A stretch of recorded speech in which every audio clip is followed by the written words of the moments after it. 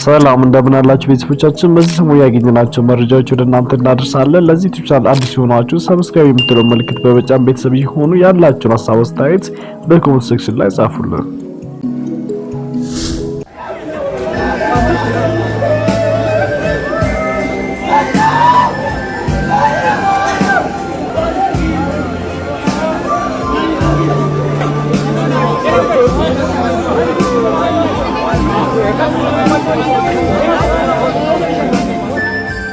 ሰሞኑ እጅግ በጣም አነጋጋሪ የሆነው ጉዳይ የቀነኒ አዱኛ አሟሟት ነው። ቀነኒ አዱኛ እንግዲህ እንደምታውቀው የፎቶ ሞዴሊስትና እንደዛውም በብዙ ዘፈኖች ላይ ሞዴል ሆና የሰራች ብዙ የዘፈን ክሊፕ አጫጭር ድራማዎች ላይ በአፋን ኦሮሞ ብዙ ቪዲዮ ስራ ላይ ሰርታለች። እንደዛውም ደግሞ የታዋቂ የኦሮምኛ አቀንቃኝ የአንዱዓለም ጎሳ ባለቤት ፍቅረኛ እጮኛ ነበረች።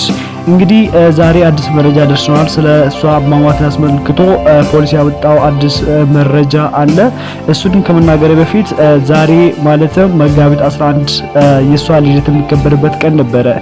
ወደ ኋላ መለስ ብለን ስለሷ ስናስብ እንግዲህ እንደምታወቀው ከመሞቷ በፊት እንዳጋጣሚ እሷ የልደቷ ፎቶቿን እየተነሳች ነበርና ወደፊት ዛሬ የሚከበረው ልደቷን ለማክበር ፎቶ እየተነሳች ነበር። እሷ ሂዳ የምትነሳበት ፎቶ ደግሞ ታዋቂው ወንዴክስ ስቱዲዮ ነበር። ከወንዴክስ ስቱዲዮ ጋር ለረጅም ጊዜ ይተዋወቃሉ። እጅግ ይህንን ስቱዲዮ ራሱ ያሳደገች እሷ ናት። ከኔ ጋር ሆና እጅግ በጣም ብዙ ነገር ሰርታለች።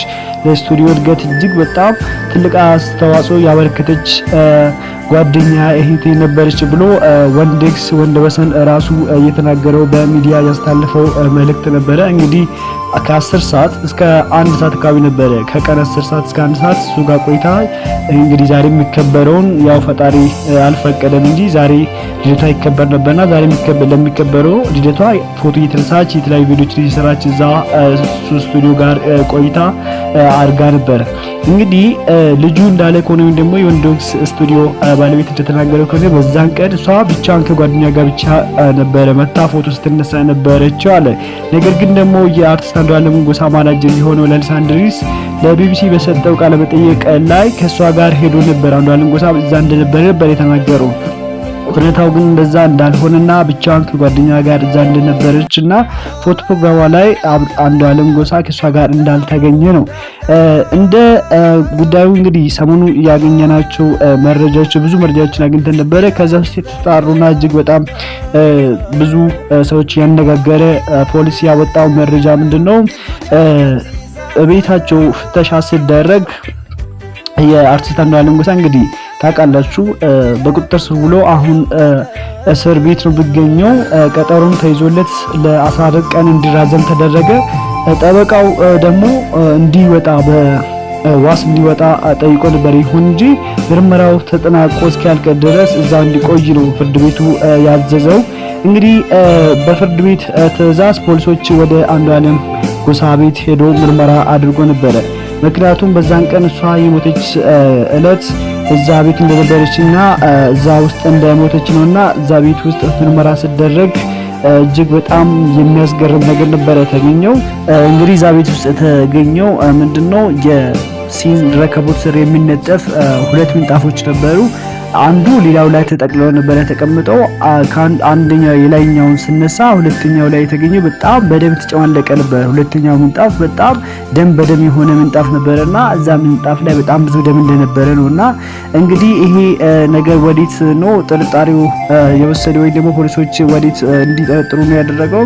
ምናልባት አንዱዓለም ጎሳ በስለትም የሆነ ነገር በሆነ ነገር ጎርቷት ደሟ ፈሶ እንደነበርና ምናልባት እዛ ውስጥ ነፍሷ ካለፈ በኋላ ነው መሬት ላይ የተወረወረችው ወይም ደግሞ በዚህም በሌላ መንገድ ቢሆን ምናልባት መሬት ላይ እንድትወድቅ ተደርጎ ያው ከፎቅ ራሱን እንደወረወረች ለማስመሰል የተደረገ ሴራ ነው ተብሎ እንግዲህ በጣም ትልቅ ጥርጣሬ ፈጥሯልና እዛ ውስጥ የተገኘው ምንጣፍ እጅግ በጣም ደም በደም ሆኖ ነበርና ከሱ በፊትም ደግሞ ብዙ ማስረጃዎች እንደወጡ ከሆነ ይህን ቪዲዮ ፎቶ ላይ እንደምትመለከቱት ፊቷ ቆስሎ ነበርና እጅግ ብዙ ጊዜ እጇ ራሱ ተሰብሮ ፋሻ ታስራ እንደነበርና እጅግ በጣም ከዚህ በፊት ብዙ ጊዜ ለጓደኞቿ ብዙ ፎቶችን እንደላከች እጅግ በጣም እንደምትቀጠቀጥ እንደምትደበደብ ነበርና እንግዲህ ምናልባትም በዛው ቀን ያን የተለመደው ነገር አድርጎ እንዳጋጣሚ ነፍሷ ወጥቶ ሊሆን ይችላል የሚል ፖሊስ የሰጠው መረጃ አለ ማለት ነው።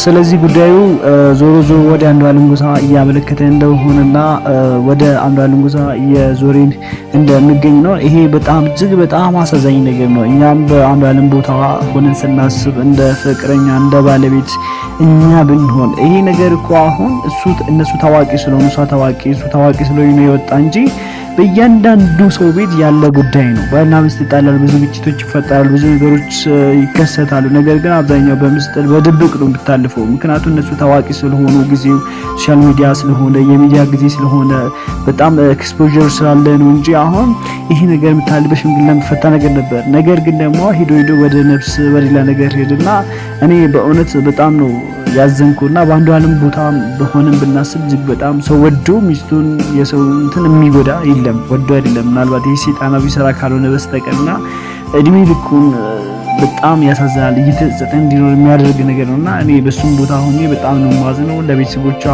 ነፍሷን ይማር፣ ለቤተሰቦቿ መጽናናትን እመኛለሁ። እንደዛውም ለሷን ነፍስ ደግሞ በአጸደ ገነት ያኖር፣ ለሱም ደግሞ መጽናናትን እመኛለሁ። ፈጣሪ ብቻ እጅግ በጣም ጽናቱን ይስጣቸው ማለት ፈልጋለሁ። ለሷ ቤተሰቦች ለአንዱዓለም ራሱ እጅግ በጣም የሚያሳዝን ነገር ነውና በጣም ያሳዝነኝ።